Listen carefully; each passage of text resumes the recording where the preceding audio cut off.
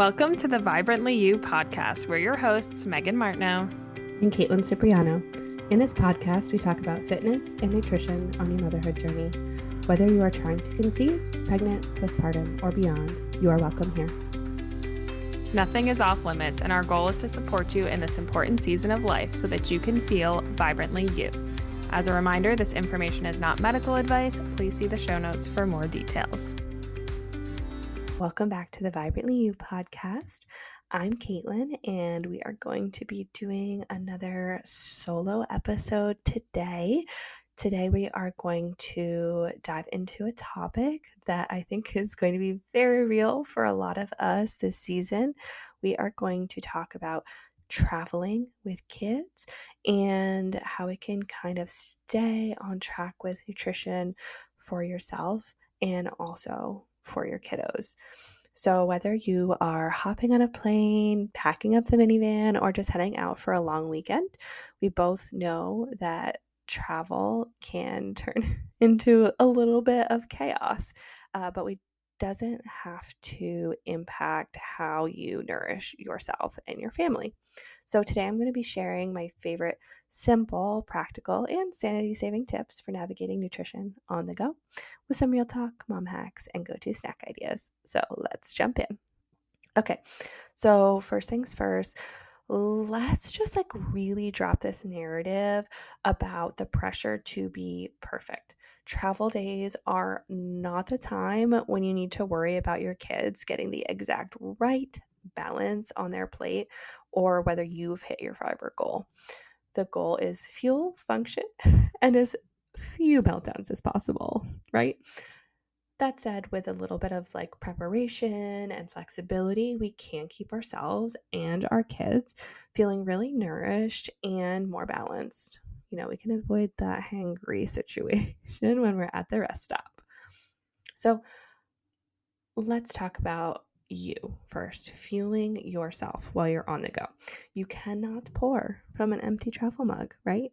So here is what I like to do to stay nourished while traveling. We're talking about packing protein forward snacks. So you need a snack bag for yourself too, okay?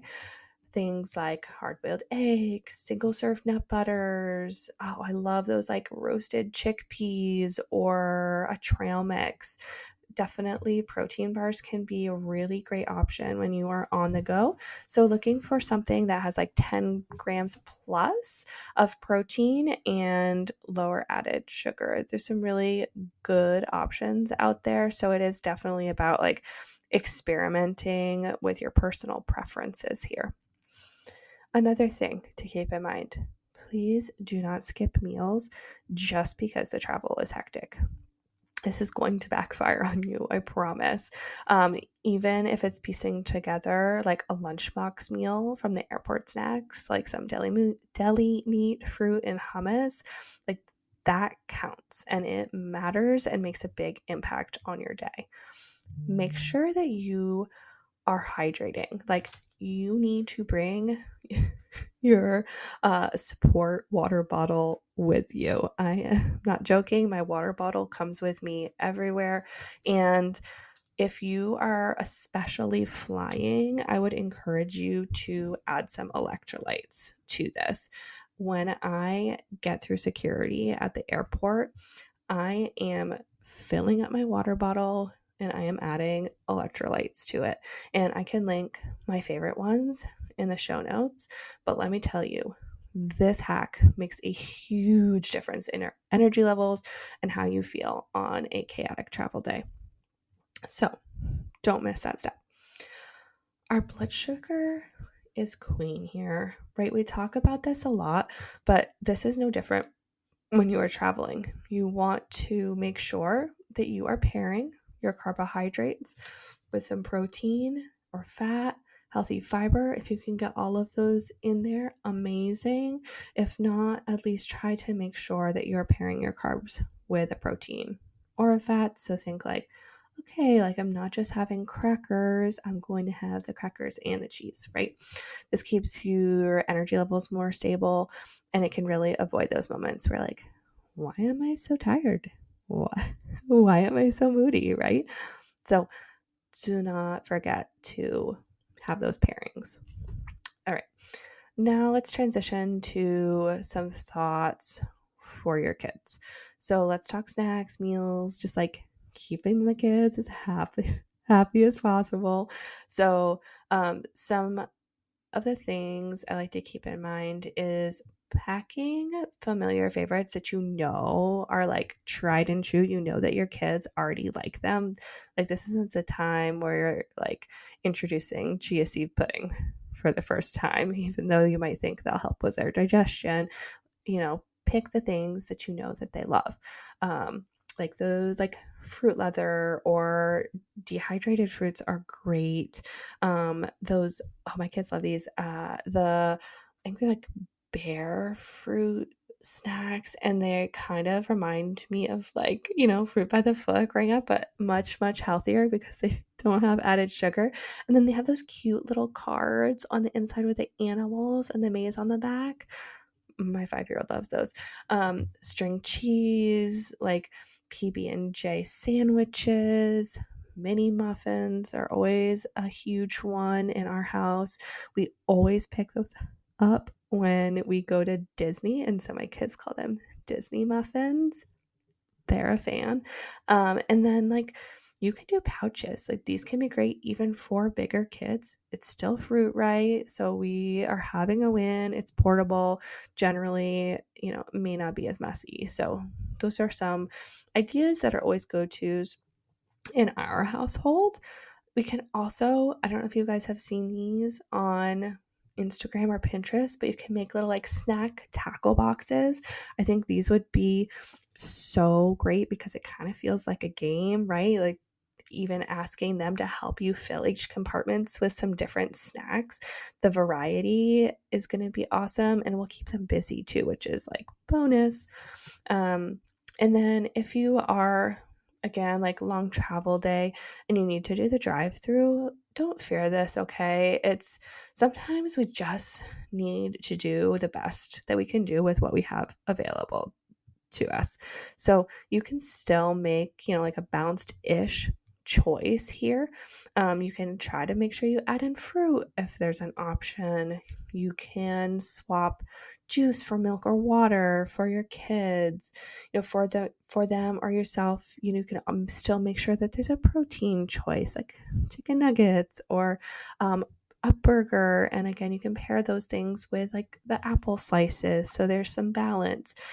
Again, I want to reiterate the point that this does not need to be perfect. We are doing the best that we can.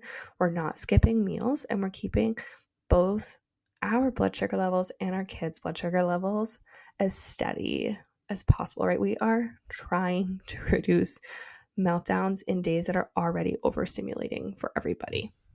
Okay.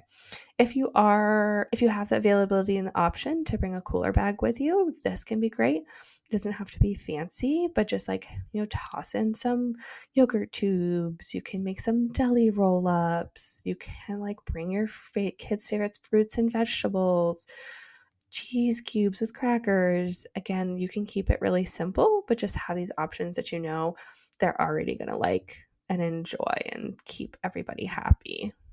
And lastly, let's not forget the sips. Let's not forget the fluids.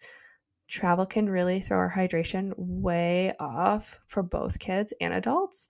So make sure that you're sipping regularly, that you're offering water often to kids, especially again on these like long travel days and flights. You can even bring like fun cups or cool straws to encourage them. If you have kids that like don't love plain water, this can be one of those times where maybe you add like a splash of juice, or use a smaller serving size of an electrolyte powder. This typically is okay for most. If you're unsure, you can definitely check with your family doctor, but typically you can still dilute this to a place that is safe for them and to encourage hydration. And again, I just want to really reiterate the fact that like at the end of the day, if your kids are fed and you're fed and everyone has made it safe safely to their destination, that is a win, guys. If your meals are a little more processed or less veggie filled than usual, it's okay.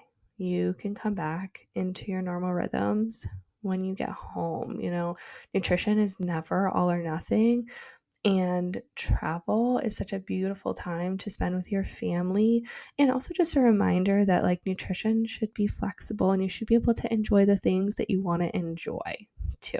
So whether you're packing snacks for a road trip, you're navigating the airport chaos, or you're just trying to keep everyone from absolutely losing it on a 5-hour car ride, I know that you've got this. New experiences and fun memories and some good snacks are always key along the way. And if this episode gave you a few helpful tips or snack ideas, I'd love it if you could share this with fellow moms or left a review. It really helps our podcast reach more moms who want to feel empowered and not overwhelmed from food on their motherhood journey. Until next time, stay nourished and we'll talk to you soon.